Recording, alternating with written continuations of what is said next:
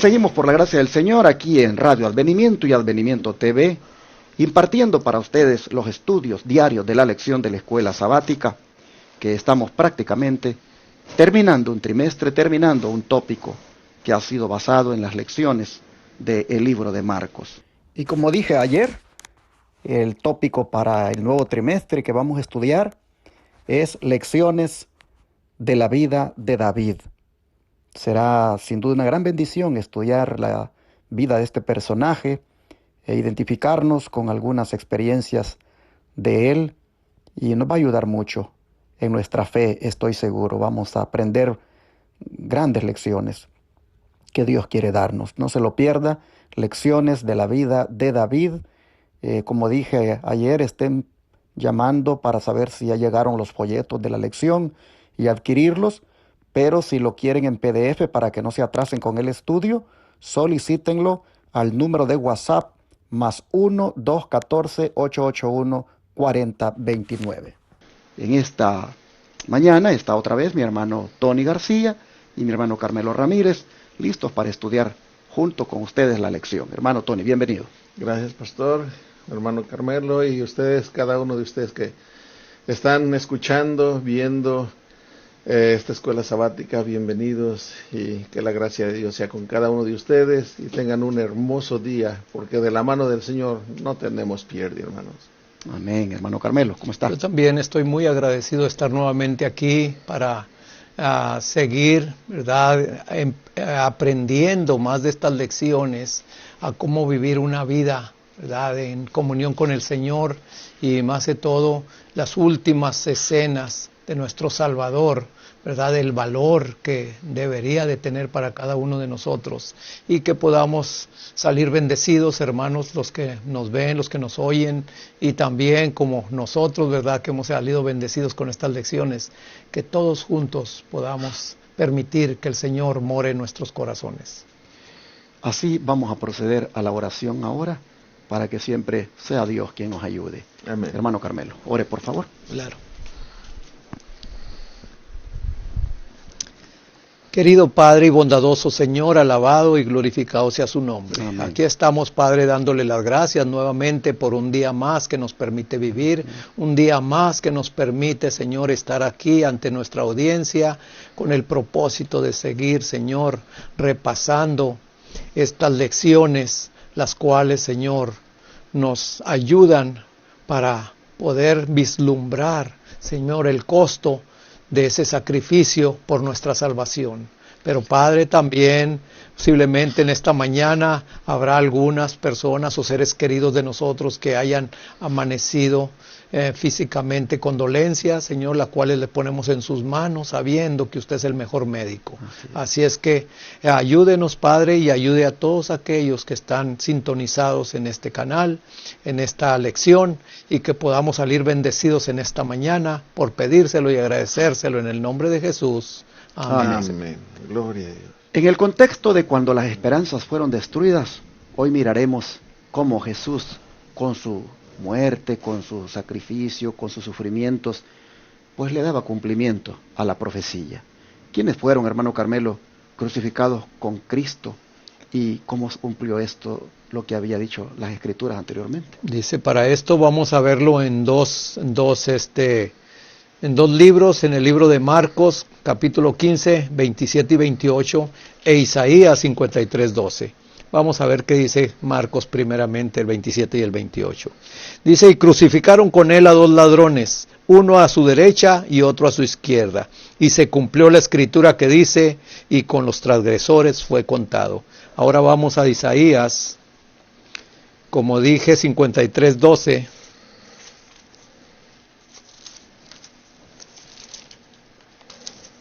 Que dice así: por tanto yo le daré parte con los grandes y con los fuertes, repartirá despojos, por cuanto derramó su vida hasta la muerte y fue contado con los transgresores.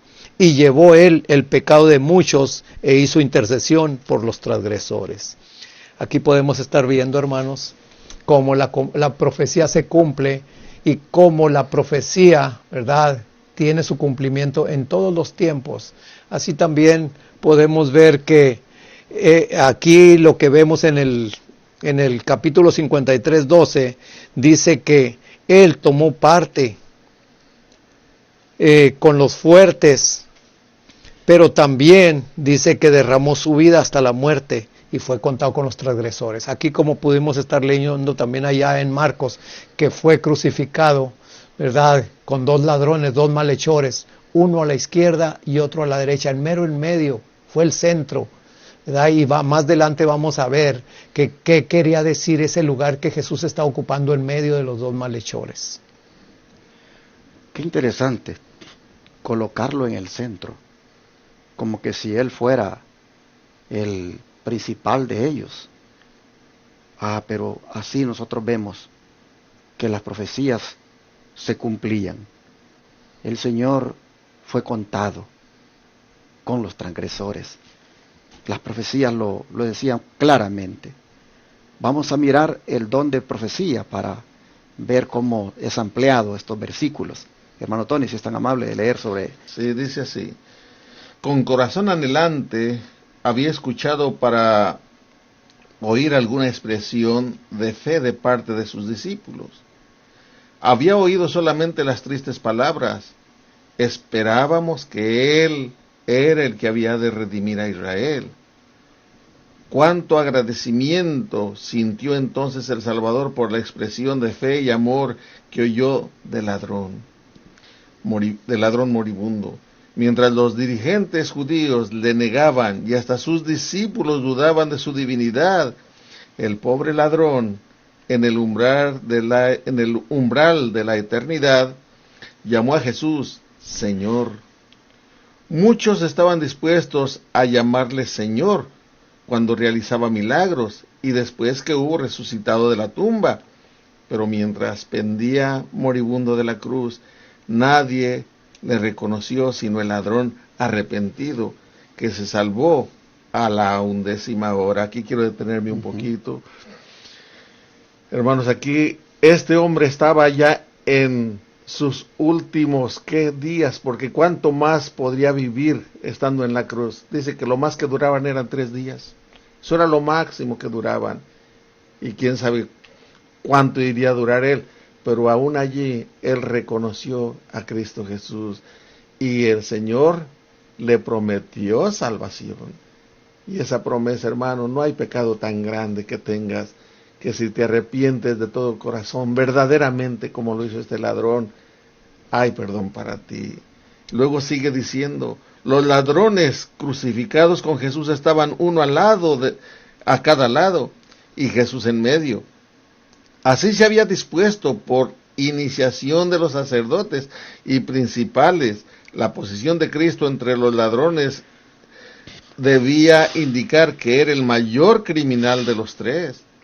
Así se cumplía el pasaje: fue contado con los perversos, Isaías 52:12.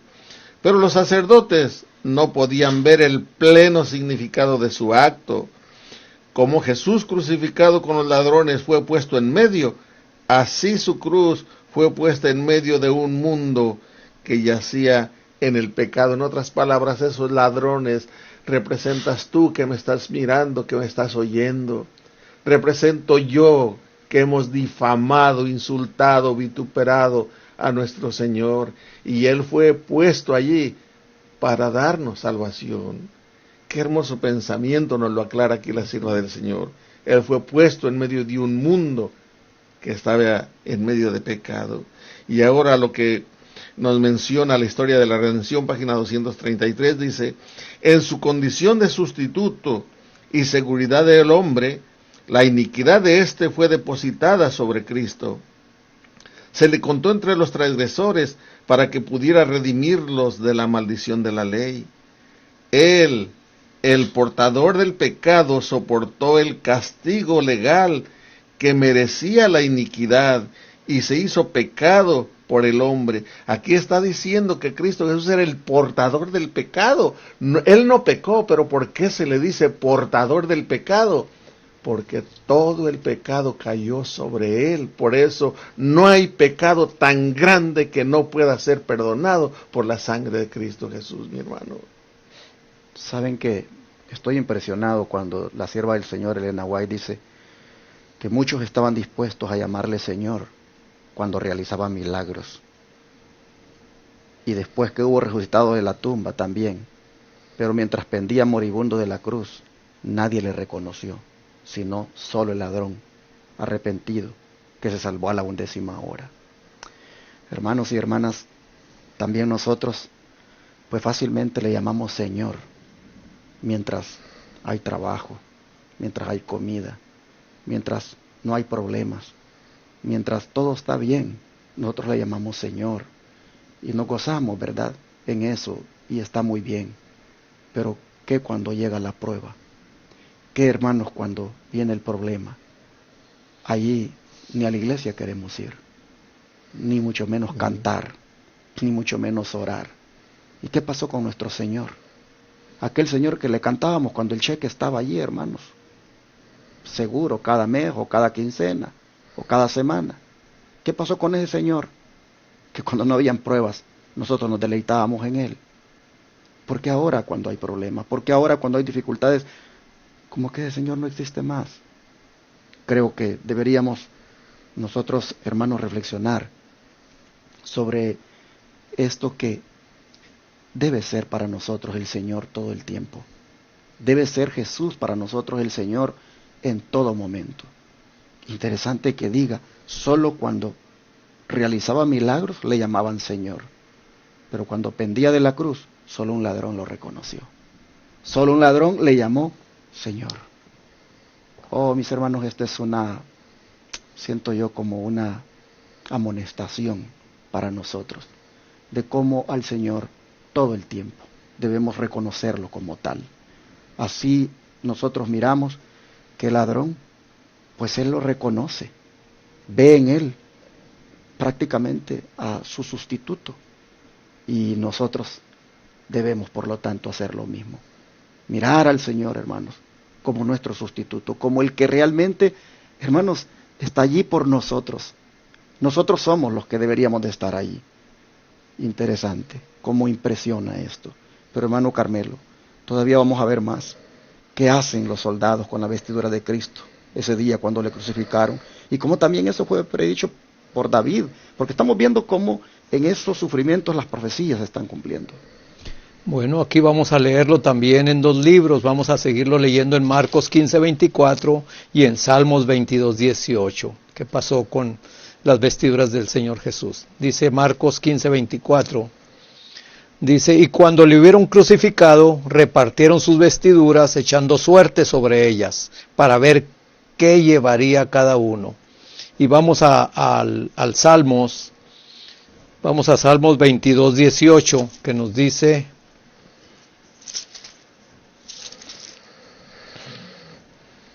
repartieron entre sí mis vestiduras y sobre mis ropas echaron suertes. Aquí podemos ver, hermanos, como dije antes, ¿verdad?, burlándose, tanto los soldados como la turba, como todos ellos, ¿verdad? Y aparte de eso, no se conformaron con burlarse, sino que hasta lo desnudaron y le pusieron otras vestiduras. Y las vestiduras de él, como dice, como está la pregunta allí, ¿verdad?, echaron suertes para ver quién se quedaba con cada una de ellas. Entonces, ahí podemos ver que la profecía, como dice ahí en Salmos, ¿verdad? Salmos 18, que se la repartieron. Entonces ahí podemos ver, hermanos, también que las profecías, sin saber, sin querer ellos, se estaban cumpliendo conforme a la palabra del Señor, porque la palabra del Señor se cumple a su tiempo y en el tiempo del Señor. Entonces nosotros posiblemente hoy, tú, mi hermano, mi hermana y yo, estemos cumpliendo con una profecía, pero que no sea una profecía como lo hicieron esta gente, ¿verdad? Sino que estemos cumpliendo con una profecía en la cual, ¿verdad?, nos dice que ya el Señor tiene contados sus hijos, que podamos estar dentro de ellos, de esos sellados, ¿verdad?, que podamos estar en aquel día. Y así cumpliremos también esa profecía, hermanos. Que Dios nos bendiga. Qué interesante esto de que los verdugos se repartieran las vestiduras del Señor y que echaran suerte sobre ellas para ver qué se llevaría cada uno. Qué tremendo. Era una costumbre que los verdugos siempre hacían esto. Pero qué costumbre más fea, más horrible. ¿Qué podían ellos sentir con tener una parte de la vestidura del que era sacrificado, del que era crucificado? Bueno, todo esto, las profecías decían que así sería y efectivamente se cumplió. Como el don profético, hermano Tony, nos dice que efectivamente todo esto fue parte de una profecía. Sí, en el deseo de todas las gentes, la página 695 dice así: siglos antes de la crucifixión, el Salvador había predicho el trato que habría de recibir. Está hablando de Salmos 22, 16 al 18, que dice así, mi hermano, Salmos 22, del 16 al 18, dice: porque perros me han rodeado, hame cercado cuadrilla de malignos, horadaron mis manos y mis pies. Contar puedo todos mis huesos, ellos miran, considéranme. Partieron entre sí mis vestidos y sobre mis ropas echaron suertes. Y luego sigue diciendo la sierva del Señor: la profecía concerniente a sus vestiduras fue cumplida sin consejo ni intervención de los amigos o enemigos del crucificado. Su ropa había sido dada a los soldados que le habían puesto en la cruz. Cristo oyó las disputas de los hombres mientras se repartían las ropas entre sí. Su túnica era tejida sin costura y dijeron: no la apartamos, sino echemos suerte sobre ella. ¿De quién será? Sobre las ropas del Señor Jesús se aprovecharon. Sin duda era buena ropa, porque si hubiera sido por allá que no servía, no hubieran echado suerte sobre ella. Pero lo que aquí a mí me llamó mucho la atención es lo que dice el versículo 16 de Salmo 22, 16 y 17, que dice: porque perros me han rodeado, hanme cercado cuadrilla de malignos. Y en la palabra de Dios dice que los perros no entrarán en el reino de los cielos. Bajo este contexto, cuando tú no aceptas a Cristo Jesús y estás en contra de los que le sirven, estamos cayendo en esta calidad de perros. Y no hay entrada en el reino de los cielos. Y luego sigue diciendo: contar todo puedo, todos mis huesos. Ellos miran, considéranme. Partieron entre sí mis vestidos y sobre mi ropa echaron suertes. Quedó en una manera, de acuerdo a la profecía, quedó en una manera, perdió toda la sangre. Cuando yo tuve el accidente, ahora me puedo ver en una foto que me sacó mi hijo. Estoy pálido, flaco, se me notan bien los huesos del rostro. Y ahora que leía yo esto, hermanos, el Señor Jesús quedó por él desfigurado, en otras palabras. Y todo eso lo sufrió por amor a ti y por amor a mí, hermano. Pero somos muy ingratos. Pero lo que nosotros estamos haciendo es lo que los soldados están haciendo. Echamos suertes sobre lo que Cristo Jesús nos deja, sobre sus dádivas, su misericordia.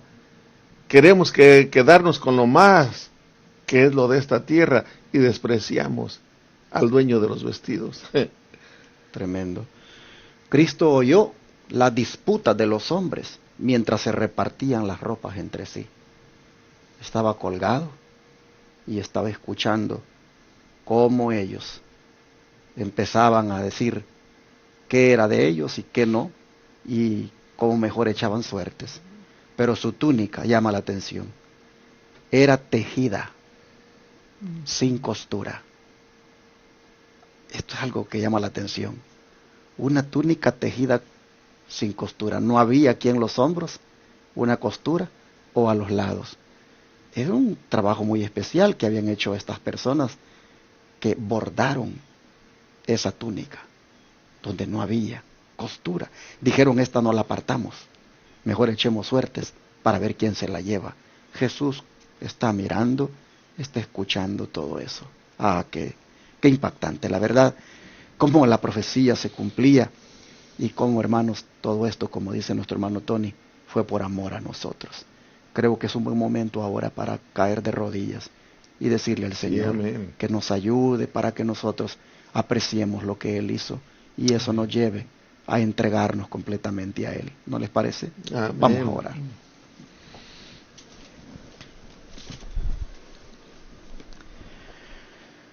Padre, como las profecías anticipadamente presentaban este cuadro que hoy nosotros vemos como algo cumplido, y cómo esto, Padre, fue para salvarnos, para que nosotros tengamos esperanza.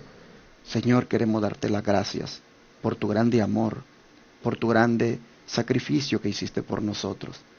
Padre, las burlas, el sarcasmo, todo, Señor, lo que se hizo sobre ti, sobre tu cuerpo, todo el maltrato, Señor. Oh, Padre, eso es algo que nosotros lo merecemos, pero tú has sido tan grande, tan bueno, que te has adelantado y has puesto tu cuerpo por nosotros. Gracias. Has puesto tu espalda en vez de la nuestra. Has permitido, Señor, que tu cabeza sea prácticamente incrustada con esas espinas. Has permitido, Padre, que estos soldados se burlen, te despojen de tu vestidura para echar suertes. Señor, no cabe duda de que tu amor por nosotros es enorme, es profundo. Y Padre, nosotros muchas veces, inconscientes de esto, ahí vamos, Señor, viviendo como que si nada pasó. No nos duele, no sentimos, Señor, compasión. Y a veces pensamos como que la salvación fuera algo automático que surgió por ahí. Oh Padre, te pedimos perdón. Amén. Te rogamos, por favor, que nos ayudes para ser más conscientes de lo que ha significado nuestra salvación. Sí, las profecías se cumplieron, pero se cumplieron por amor hacia nosotros. Amén. ¿Cuánto te agradecemos? Gracias. Y te pedimos perdón, porque nuestro pecado fue lo que te llevó a sufrir tanto. Rogamos ahora, Señor, que odiemos el pecado, que lo detestemos, que lo rechacemos y que con tu ayuda lo venzamos. Amén. Te lo pedimos en el nombre de Jesús. Amén, Amén. Señor. Amén.